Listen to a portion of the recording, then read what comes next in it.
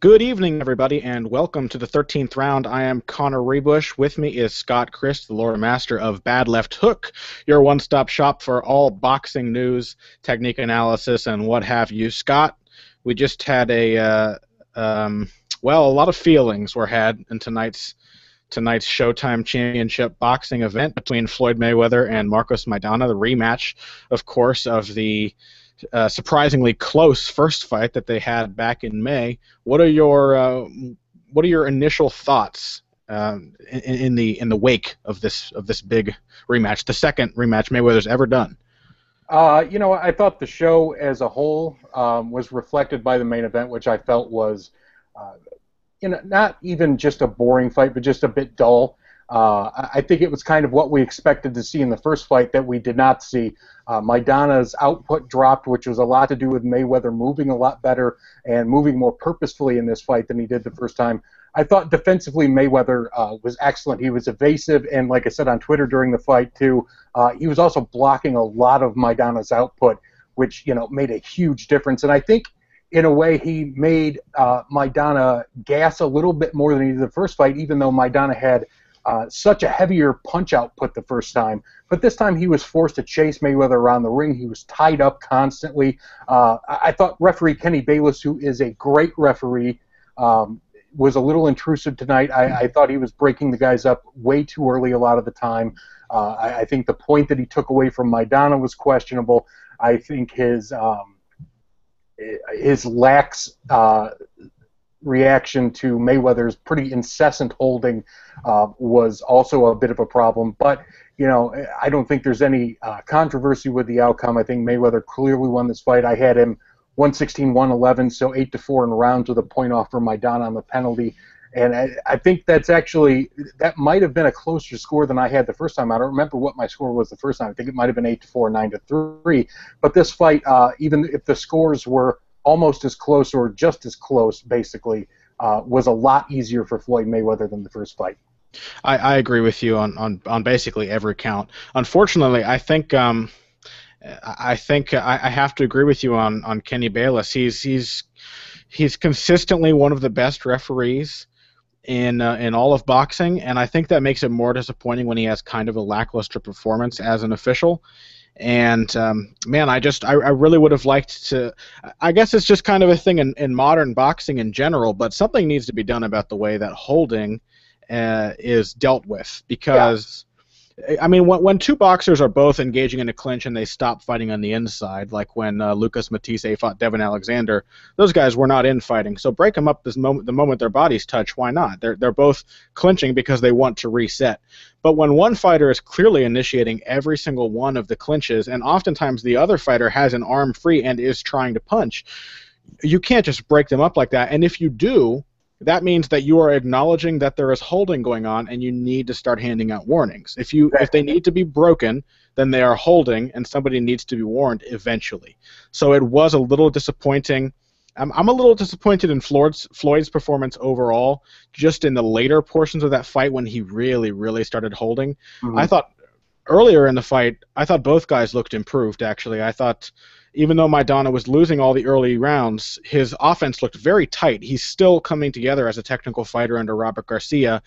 It's just that he fought a Floyd who was well prepared and completely adjusted to what he was bringing to the table. So even if Maidana had good moments in just about every round, at least in the first 5 rounds of the fight or so, Floyd was convincingly beating him, and I think I had it 9-3 for Floyd, which the first time watching live, I scored it a draw, and then revised my score to an 8-4 when I rewatched with my adrenaline down a little bit. But this one, all caught up in the adrenaline, surging with feelings of sympathy for underdog Maidana to get a win, even though I'm a fan of Floyd Mayweather.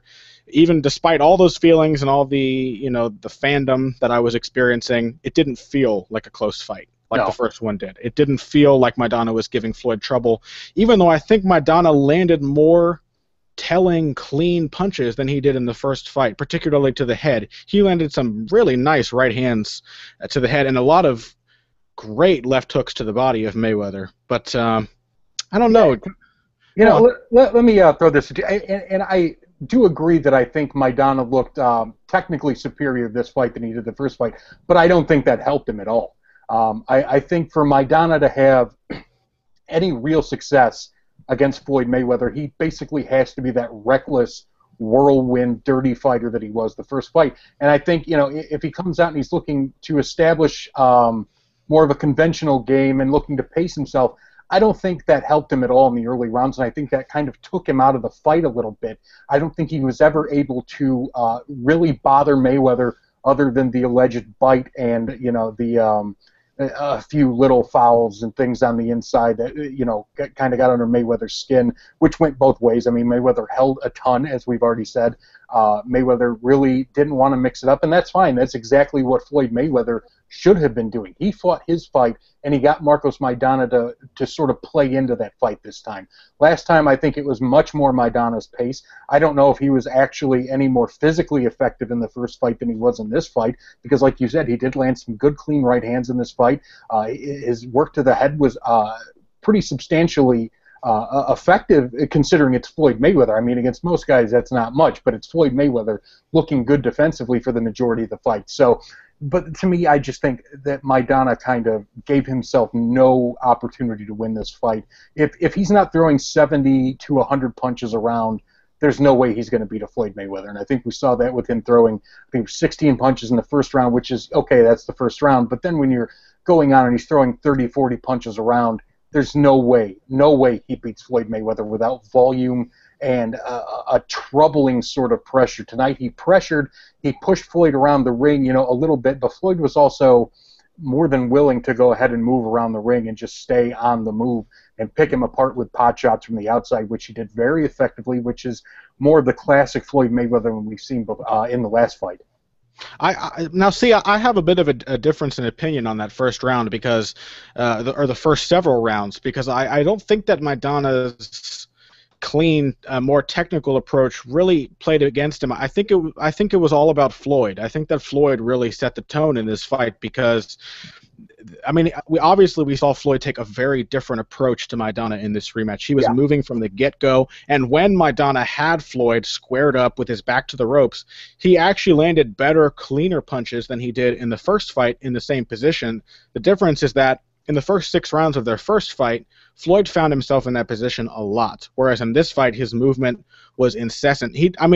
I've got to give Floyd credit. All the disappointment and frustration, that's emotional, but from an analytical perspective, Floyd fought a brilliant fight, and his defense, as good as Maidana's offense looked, his defense was absolutely stellar, particularly his footwork. And I know a lot of people have been saying Floyd's getting older, what if his legs are gone, and all of this, but Floyd did such a beautiful job of moving just enough out of the way of Maidana's punches to hit him with counters, and moving just slightly to an angle so that when Maidana missed, he would go flying past him, and Floyd would suddenly have an angle on Maidana. I mean, he did a brilliant job with his footwork.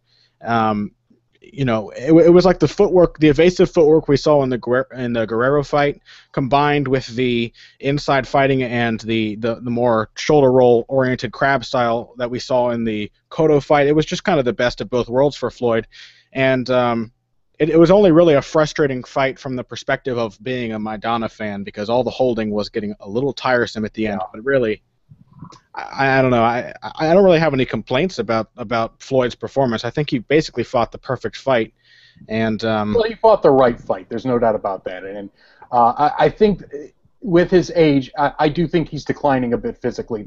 That's just natural. But I do think his legs are still very good. What I think might have changed is I don't think he creates offense off of his movement quite as well as he used to. He used to be able to use his defense to create his offense. He still does that exceptionally well, don't get me wrong, but he doesn't do it quite as well as he used to. And, look, he's still the best pound-for-pound boxer on the planet, no question about it. And I think right now, even if he's not as good as he was, say, 4 or 5 years ago, which I don't think he is, I think the gap between him and number 2, if you take Andre Ward out of the picture, because Andre Ward is basically not in the picture right now, is larger now than it was 5 years ago when Manny Pacquiao was at his best, and he was a lot closer to where Floyd Mayweather was at that time. At this point, Floyd Mayweather is not as good as he was then, but he's even more in a class of his own. I agree. I absolutely agree. He's head and shoulders above the rest of the division and really the rest of the sport. What do you think? Who's next for Floyd? I mean, I guess that's kind of a tired and boring question, but from a realistic perspective, not who would you like most to see, because I think the answer to, there are two or three answers that are very obvious, but who is most likely the next matchup for Money Mayweather? I would expect Amir Khan in May if Amir fights late this year, maybe against Josecito Lopez, which I don't think is a very good fight, but it is one that will keep him busy, get him back in shape, get him off of his break. He's been out since May. If he fights late this year and wins, and nobody else comes in and makes a huge statement that puts them in line for that May fight, I think Khan has to be considered the front runner right now, unless we look at maybe Miguel Cotto in a rematch, which could be fought at 154 for the middleweight title, or maybe at 155 for a catchweight. Neither of them are going to weigh more than that anyway, because they're really not that big. And then the other outside, which I think is more likely in September of next year, is Canelo Alvarez, which could be another rematch and could be a huge payday again. You can sell, I think, and I said this on the side, I think you can sell Cotto as sort of revitalized under Freddie Roach. I don't know how true it is, but I think you can sell that. And I think you can sell Canelo Alvarez as having learned from the first fight and subsequent fights with Lara and whoever he fights next, if he has another fight between that and a potential Mayweather rematch. I think you can sell him as a better fighter and Mayweather as, maybe declined a bit and maybe a little more vulnerable against what is a very good young fighter who, just didn't have the experience and didn't have the right game plan the first time around. Absolutely, and I think we've seen Canelo improve in the right ways to actually, have some belief that he might be able to give Floyd a bit of a stiffer test this time around. Of course, I had that first fight a lot closer than most people did. Yeah, I didn't have it close at all. Yeah, I know the vast majority of people had no more than 2 rounds for Canelo. I saw it 7-5 for Floyd, but that's definitely a conversation for another day. While we're talking about this card, we'll just kind of give some sparse thoughts on the undercard. Of course, that's about what it deserves. Yeah, which is exactly what I was going to say next. It was a top rank undercard, except for the fact that most of the top rank undercards lately have been underwhelming on paper and turned out to be pretty fun. This one was underwhelming on paper and relatively underwhelming in practice as well. Yeah. So our co-main event, as it were, was between Leo Santa Cruz and Manuel Roman.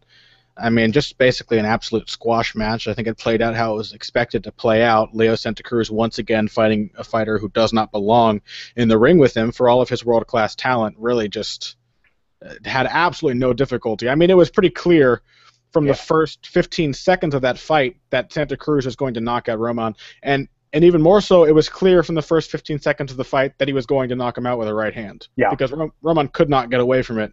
He got hit with about 6 clean right hands to the jaw in the first round alone. I when I was talking about this fight, I compared it to Danny Garcia against Rod Selka. I said it was fair comparison. That same type of matchup, a guy who really had no business fighting a world champion. And whatever you think of world titles in boxing, Leo Santa Cruz is a top fighter at 122 pounds. Manuel Roman is a guy who isn't a top 100 fighter at 118 pounds. So I thought this was a ridiculous matchup. I think some people might have thought I was going overboard comparing it to the Salka fight, and I think now we've seen that was pretty much dead on. Manuel Roman, and they kind of turned it on fans for ostensibly being upset at Manuel Roman. What should I have done? Not accepted the fight? No, that's not what people are saying at all.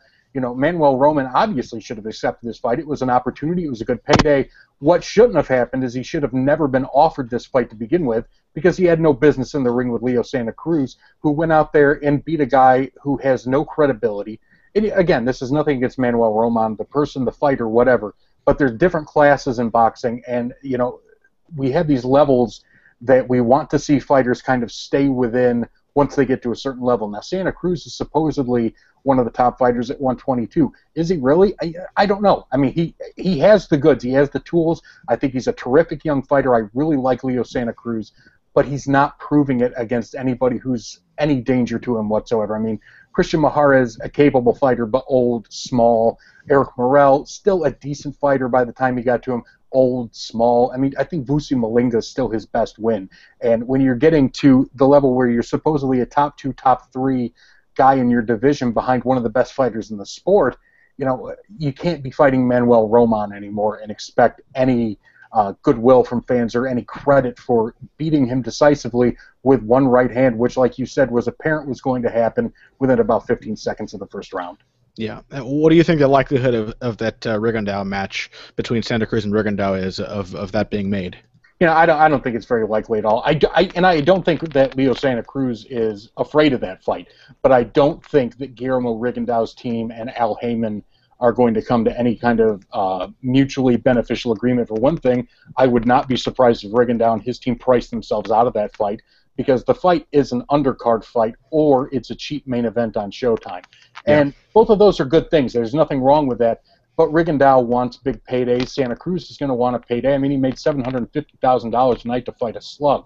So, I mean, if you put him in there with Rigondeaux, he's going to want $1 million. Rigondeaux's going to want at least $1 million. I mean, so you've got to come up with some money for a fight that really can't draw on its own. And it's a great fight, but it's Absolutely. a fight, for boxing fans. And that's all well and good, but then you have to find somewhere to put it, and it can't be. I don't think it can be a headline fight, so I don't expect that to happen. I think the more likely would be Santa Cruz eventually fighting Carl Frampton, probably after Frampton fights, whoever his mandatory is that's going to come up at some point. I think Chris Avalos is involved in the title scene in some way. I think he might be the IBF guy with Frampton. Scott Quigg's out there, but I don't expect that to happen because, frankly, I don't think Matchroom's going to want to make that fight. But there are good fights out there for Santa Cruz, even if it's not one of those three guys, and there are certainly better fights than what he's been doing. For sure. And next we move on to the next fight of the card, which unfortunately really seemed to define the undercard. I think looking at this card on paper, this was the one that everyone expected to be terrible. It started off terrible. It began to appear to be better than expected, and then it devolved into a state of terribleness heretofore unseen by the eyes of man. It was just an absolute morass. I'm talking, of course, about Mickey Bay versus Miguel Vasquez. Mickey Bay won a very controversial win over Miguel Vasquez, but really, who cares? It was an absolutely dull fight, and I don't really think that. I hate to say Vasquez deserved the win. I don't really mean to say that he can't be upset about that win, but Vasquez has an ugly, unpleasant style of boxing. Yeah. It's really, really not visually appealing at all. What were your thoughts about this stunning display of the sweet science? Well, first of all, the fight was terrible, as everyone expected that it would be. It was just as bad as I feared it would be. It's two guys who are safety first, who are defensive fighters, who don't look to make action and make no apologies for their style. I mean, Mickey Bay trains with Floyd Mayweather Sr. That's the style he wants. Miguel Vasquez is very open about understanding that fight fans don't really like watching him, but that's the way he fights because that's the way he wins. And that's okay, but it was a terrible fight. The other thing is that Miguel Vasquez won that fight. I mean, I really have no doubt about that whatsoever. I scored it 8-4 for him, I believe. I thought he clearly won that fight. I think he has every right to be upset. I think it's just as big of a travesty of justice that Miguel Vasquez was robbed in this fight as it is with more popular fighters we see lose fights that they probably should have won. But at the end of the day, I really just I hope we don't see a rematch because I have no interest in seeing these two match up again. And as far as Mickey Bay goes, unless they get him, complete scrub opponents, he's not going to last as a lightweight champion. He's just not really that good of a fighter. I mean, he's an okay fighter. He's a solid fringe contender type of fighter. What is it with the money team though? We've got Mickey Bay, we've got Julian Love, we've just got a whole stable of very underwhelming fighters. I don't know if they have the right talent scouts or if they even really look for talent. I don't know. Maybe if they just sort of recruit guys that Floyd personally likes, that Leonard Ellerby likes, or people that are connected with Floyd Sr., whatever. I think large part, that we just see guys that are hungry, and I don't deny that Jalen Love and Mickey Bay are, hungry guys who want to be great fighters. I just don't think they're good enough to get to that level. And Mickey Bay, if he lasts more than one or two defenses as a champion, I'll be surprised. I mean, he reminds me a lot of Ishe Smith finally winning a title under the Money Team banner, and that was over pretty much as soon as it started. So yeah. I expect sort of a similar thing there with Mickey Bay, who's a little older than most people realize that he's 31. I don't think he has a whole lot of upside that we haven't seen yet. I don't think there's any untapped potential there. I think he's just kind of what he is. If he fights Vasquez again, I just hope it's not on TV, but I'm sure it would be on a Money Team pay-per-view again. So Yeah, unfortunately, I don't know. My thoughts on this. I had a lot of technical analysis of why this fight was as bad as it was, and it's already sifting out of my head faster than I even expected. I hope so. Just the the whole process of the fight. At this rate, I won't even have nightmares about it. So that'll be fantastic. Well, that's good. But man, I mean, Mickey Bay. What can you say? The guy. He was the anti-Floyd Mayweather because he showed no ability to adapt. And I don't know if that speaks to Mickey Bay's skill level more or if it speaks to Floyd Sr.'s coaching, because Floyd gets a lot of credit for teaching Floyd Jr., of course, and for being such an excellent boxer himself. And Floyd has a very solid system of boxing. I think the crab system that he teaches is excellent. And Bay does the right things, but Bay doesn't do anything differently ever. He comes into the fight with a thing he wants to do, and he keeps doing it. And I love Al Bernstein. He's a fun guy to listen to commentate. But at the end of this fight, he said, when Bay started to turn it up for the first time in the fight in about the 12th round, he said, finally, Bay is throwing that left hook. And I had to scratch my head because Bay did nothing but throw the same counter left hook all night, and it did not work. And credit to Miguel Vasquez, it was ugly, but he threw his right hand in such a way that he fell in head first and consistently came inside the arc of that left hook. Bay could not land it all night as a lead counter, and he just kept going to it. It was double jab, lead left hook, double jab, lead left hook. In round 2, he actually slipped outside of Vasquez's right hand and landed a nice left hook to the liver and never, ever went back to it. He consistently pulled his head back to the right and threw the left hook, trying to counter over the right hand. I just don't know. I don't know what to say about that. And for his part, Miguel Vasquez complaining about head clashes was one of the most ironic things I've ever seen, because Miguel Vasquez's style seems designed to smash the top of his head into his opponent's face. It's like it happens literally every time that he hits. It's the most pure punch and clutch style I've ever seen. So I don't know. Just a less than an underwhelming fight. It was a resoundingly bad fight. Yeah. Between two guys who just aren't particularly impressive boxers, though certainly Vasquez deserves to be the champion still. Next up, we have the first fight on the pay-per-view portion of this card, which was Alfredo Angulo versus James De La Rosa. This was a fun fight. I mean, we kind of expected it to be. Angulo. What do you think? Is Angulo on the decline? Is he just been figured out? Well, what's going on with him? Is it something? Angulo's done. I mean, as a relevant fighter, he's finished. He was never that good, is the thing, and he was always extremely exciting. And when you put him in with a guy like Harry Joe Yorgi or Gabriel Rosado, who's a pretty good fighter, but got better after he fought Angulo and was also just kind of physically overmatched with a guy who can punch the way Angulo can, then he looked great. But ever since that James Kirkland fight, where he took a sustained, really kind of brutal, horrible beating at the hands of a guy who punches like a truck, I just don't think he's ever been the same fighter. I don't think the year being held in custody helped him, or however many months it was. That certainly didn't do him any favors. And I think getting knocked out by Lara, or stopped by Lara, and getting pummeled by Alvarez. I just think at this point he's got too many miles. He's 32. He's a really old 32. He was always slow. He never moved well. He relied pretty much on toughness and power, which is basically what he's relying on now, except I don't think the power's there, because I don't think he doesn't seem to get the same torque on his punches. He doesn't have the snap that he used to have. Everything just kind of looks like he's underwater, like he's got concrete shoes on or something. I mean, he's even more incredibly slow than he used to be. And the thing about this fight is, I've seen James De La Rosa fight before, and I saw him tonight, and I was impressed with the way he handled himself. He and his team had a great game plan. James De La Rosa, though, is like a C-plus fighter at best. And if Alfredo Angulo is only winning 2 rounds against that guy, where do you go from there? I mean, he's not a contender at 160. He can't comfortably and capably get back to 154 pounds.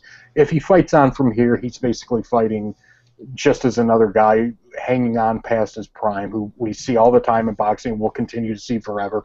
But I think he's completely finished as a potential top of the line contender or candidate. I mean, that's not to say he won't eventually get another world title shot, because people serve up world title sacrifices all the time, and Angulo will always have a little bit of a name and a reputation. So he's got that, but that's about it. Yeah, I agree with you on all those points, more or less. Angulo, I think the most striking thing about this performance from him was, as you said, he looked like he was fighting underwater. I think one of the most effective things about Angulo's style used to be the thing that he seemed to be always fighting at the same pace until suddenly he wasn't. He would explode with a combination of punches, and he really was pretty brick-fisted. So even when it didn't look like he was throwing that hard, he was still hitting pretty hard. Now, he seems to have a pace that he starts the fight in and ends the fight in the same pace. He has very predictable, incessant forward movement, hands up, and I think Angulo is a great testament to how important defense is to a forward-moving fighter. I think it's almost more important than a fighter who likes to fight off the back foot, because then you can kind of let the guy walk into your punches, and if you get hit, it might hurt him more because he's coming forward and what have you. For a forward-moving fighter, I mean, Aaron Pryor was an excellent defensive fighter. Aaron Pryor was impossible to put away, but a pressure fighter needs to be able to move his head and slip the opponent's counters and come back with forward counters of his own. And Angulo does nothing but cover his face and walk forward and just walk into punches. And it's almost depressing watching Angulo fight anymore. And not almost, it is depressing. Yeah. It's not a fun experience. It's like watching a man just being beaten up. Yeah, which is what it is. I mean, especially we were just watching a guy who clearly did not have it anymore just sort of get toyed with by a guy who isn't that good. And, you know, respect to De La Rosa, he won this fight. He's going to get another Showtime date out of this, I'm sure. And he earned that. But, yeah, look, Angulo should not. If Angulo is at all a contender in any way, even a fringe contender, he should not be getting dominated by a guy on that level. And he was totally outclassed tonight, except for the last 2 rounds when he gave it pretty much everything I think that he had left. And he did rock De La Rosa a little bit, and he nearly rallied. And I think, honestly, I'm kind of glad that he didn't win, that he didn't get a knockout there, because then he would have been put in with a middleweight who was a lot better than De La Rosa, and it just would have been him getting beaten up again. And I don't think I need to see it anymore.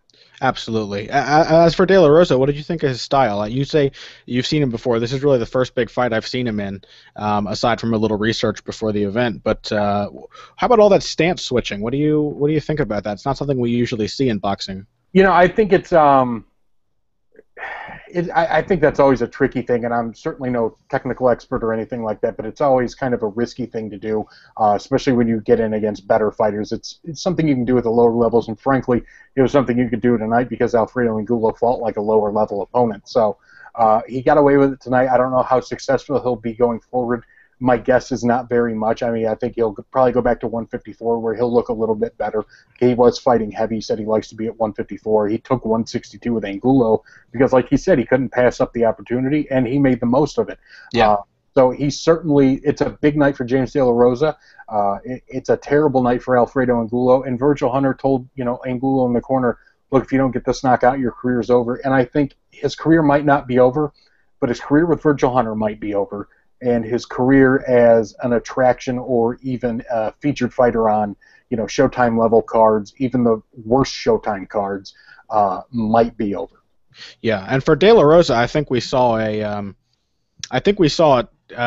kind of clear evidence of as you say, the riskiness of stance switching is something that's really common in MMA and in kickboxing. For anybody who watches combat sports besides boxing, fighters do it a lot in those varying arenas. But in boxing, it's not so common because you've got a lot more punches coming at your head than in any other sport. And I think we saw. The reason for it is that it gave De La Rosa a lot of offensive opportunities. He was finding a lot of weird angles, and against a static fighter like Angulo, who was wearing his concrete shoes throughout the fight, that worked very well for him. But also, he got caught in that last round when he was starting to tire down a little bit, and no fault to him there. He threw about 6,000 punches in this bout, but when he got caught and his feet weren't set, he really got hurt. And it wasn't like Angulo was throwing some seriously heavy punches or anything. He was just the danger is standing right in front of a guy and switching your feet. You stand a good chance of getting hit while your feet are square. And so I'm interested to see if De La Rosa will have learned a lesson from that in his future fights. But he's definitely a guy I'll be keeping my eye on to see if this was a breakthrough performance or as you're saying, Well, Well, you know, and it definitely could have been a breakthrough. I mean, he is 26. He's definitely got some skill. And when I saw him before, it was a few years ago. He was a young fighter then. I think he was brought in as a B-side in something on Showbox, or maybe it was ESPN. But I thought he certainly had something tonight that he could have built on, and it's definitely a confidence booster. So I think mentally he comes out of this fight excellently. Physically, maybe he's going to be better at 154. Maybe this really was a breakthrough fight. I mean, I'm certainly not saying it wasn't. He's not old. He doesn't have a lot of miles on him, and a lot of his career, or would have been career, was tied up under Don King, which is basically purgatory for a pro fighter these days. Mm-hmm. And then first prominent fight of the evening, in any case, was John Molina versus Humberto Soto. It was predicted to be an ugly and dirty, wild fight, and more or less it was. I only caught the tail end of this one. What was the whole experience for, Scott? Was it a barn burner, or was it just kind of some kind of gross to look at? It was a fun fight. The dirty stuff came from both sides. Molina, and I'll tell you this, Molina landed a lot of low blows. None of them were intentional. They just happen. Sometimes they just happen, and at some point Molina needed to stop going to the body. He just kind of kept going back, and he would stray low, and eventually Soto caught him with an uppercut in the nuts. I think it was in the 7th or 8th round. Soto then went low again the next round. He lost a point. Molina had already lost 2 points, but it was never like out of control. It was just kind of chippy and dirty, and it didn't seem like either side was, you know, having any kind of a fit about anything. It's just stuff that was happening, and then Soto started trying to basically even up the sides at some point. It was a little messy. It was an ugly fight, but I thought Soto boxed very well. I was a little surprised that John Molina didn't come out more aggressively in this fight, and that he didn't try to impose his will and his physicality. And he's not a, you know, big 140 guy. He's a fairly big 140 guy, but he's been at 135 most of his career. Soto has been down to, you know, 126, 130, 135. At 140, Soto's really small, but he's still a very capable boxer, and I think we got to see tonight that he basically has a far bigger toolbox than John Molina does. But I don't think Molina did himself any favors. Somewhat like my thoughts on the Maidana performance later in the night. I think Molina's best chance in this fight was to be very aggressive, to sort of try to push Soto around. I don't think Soto really had a big chance of devastatingly hurting him or knocking him out in this fight. He wobbled Molina a couple of times, and Molina landed some absolute bombs. So did Soto. Both of them took their shots well. I think it was easily the best fight of the night. It was a little dirty, but still easily the best fight of the night, and a fairly entertaining fight. I was somewhat impressed with the way Soto looked at 34 at a weight that's a little big for him against a guy who's not a great fighter, but a capable, rugged, tough, strong, good puncher in John Molina. And I think most likely if Soto is going to get into the title chase at 140, it will probably come if Danny Garcia vacates his titles to move up at some point, and I would expect Soto to get in for like a vacant title fight for the WBC. And as for, you know, wild brawls and John Molina's style, that's something that Joe Goosen really specializes in. For whatever reason, Goosen, like Robert Garcia, is one of those guys who's really good at refining brawlers without taking away their ability to brawl. Yeah, but he didn't have Goosen tonight. He was with really? Yeah, he split with Goosen, which I didn't know until this week. Bad decision. Why would he do such a thing? Yeah, I don't know either, because I thought they were a really nice mesh, but I think he was with Leo Santa Cruz's dad tonight, and I just didn't think he looked as good as he did against Matisse. I think he looked more or less kind of like he did against Mickey Bay or against Hank Lundy before he knocked the guys out. Tonight he couldn't land that. I mean, he landed some bombs, but I think Soto, you know, has a great chin. He's been down once in I think 76 pro fights. So I mean, the guy can take a shot. How was Molina's body work in the early stages of the fight? Because that's really what won him the fight against Mickey Bay. He couldn't land very cleanly on Bay's head, but his body work was consistent throughout the night, and Bay was exhausted from those punches to the gut, and that's what really set him up for the knockout in the 12th round. Yeah, you know, I don't think that was 10th round. Yeah, it wasn't that wasn't the John Molina I expected tonight. It wasn't. Yeah. I don't think it was the John Molina that could have won that fight. I mean, he still could have won that fight with a great big shot or great flurry or something like that. But I don't think he put himself in the right position to maximize his opportunities in this fight. Yeah, and say what you will, Andre Ward's had his problems with Goose and Tudor as a management team and everything. Not necessarily, it's the boxing world. Everybody's got their issues, but as far as a coach-fighter relationship, Joe Goosen and John Molina really seem tailor-made for each other. It's kind of disappointing to me to learn that he wasn't there because, as I say, John Molina's a brawler. He's gonna brawl. He's always got the potential to end the fight with one shot, but this is high-level boxing. It's not going to happen. The puncher's chance basically doesn't exist in high-level boxing. And he didn't win his fight with Mickey Bay on puncher's chance alone. Goosen was there to refine a brawler's approach, which was to remind him every single interval between every single round, keep hitting him in the body, keep going. You're going to find his chin eventually. Do not give up on hitting the body. And without somebody like that in your corner to understand your mindset, to understand that you want to kill this guy and to help you find the path to do it. It's tough to win as a pure brawler. So I'll have to check that fight out more in detail. Just disappointing to learn that he's not with Goosen. Yeah, the fight's certainly worth a look. Yeah. Other than that, any other thoughts on this night of boxing? It was a mixed bag. We had some fun fights. We had one absolute stinker on the undercard, and we had a fun, if somewhat disappointing or somewhat predictable in any case, main event. Yeah, I honestly, I thought the show was pretty terrible. I mean, and I'm usually not hugely critical of pay-per-views and their cost, but this one I kind of felt like was a $75 fleecing of fans with a terrible undercard. The best fight was given away for free if you have Showtime, or frankly, even if you don't, because we were able to stream that on our site through Showtime. So you could have seen that fight without even having Showtime, and then you're expected to pay $75 for 4 fights that weren't as good. And then, the main event I thought was disappointing. I thought it was dull. I didn't think there was any real flavor or there was nothing to remember about this fight. In the end, I think it kind of wound up a pointless rematch. But, it comes and goes, and we'll have another pay-per-view in a couple of months with HBO and Pacquiao and Is it just in comparison to 2013, or is 2014 just not a very good year of boxing? 2014 is just not a very good year of boxing. I mean, it even looks even worse because 2013 was a lot of fun. I think we had far more great fights in 2013. The pay-per-view events I thought were much bigger, much better. Every single pay-per-view this year, except for Canelo Angulo, has kind of bombed at the box office. I mean, maybe not in gate totals in Nevada, but on pay-per-view, nothing has come even close to living up to what promoters wanted. I doubt this one will either, to be honest. Going into it, I thought they might hit 1 million again, just because the first fight was good enough to sort of convince people that maybe didn't buy the first one. There also wasn't a pay-per-view 2 weeks before this one like there was with that one. But I just didn't feel any real big fight buzz with this thing going in, and I don't feel it. I didn't feel it tonight, and I don't feel it coming out of it really, which might just be that the fight was to me disappointing and really sort of mundane. And I don't know. Maybe I'm wrong, and maybe they'll come in with a great pay-per-view number. I'm not rooting for or against that, but I don't know. And this time they definitely tried to sell the fight. Their promotional tour was great.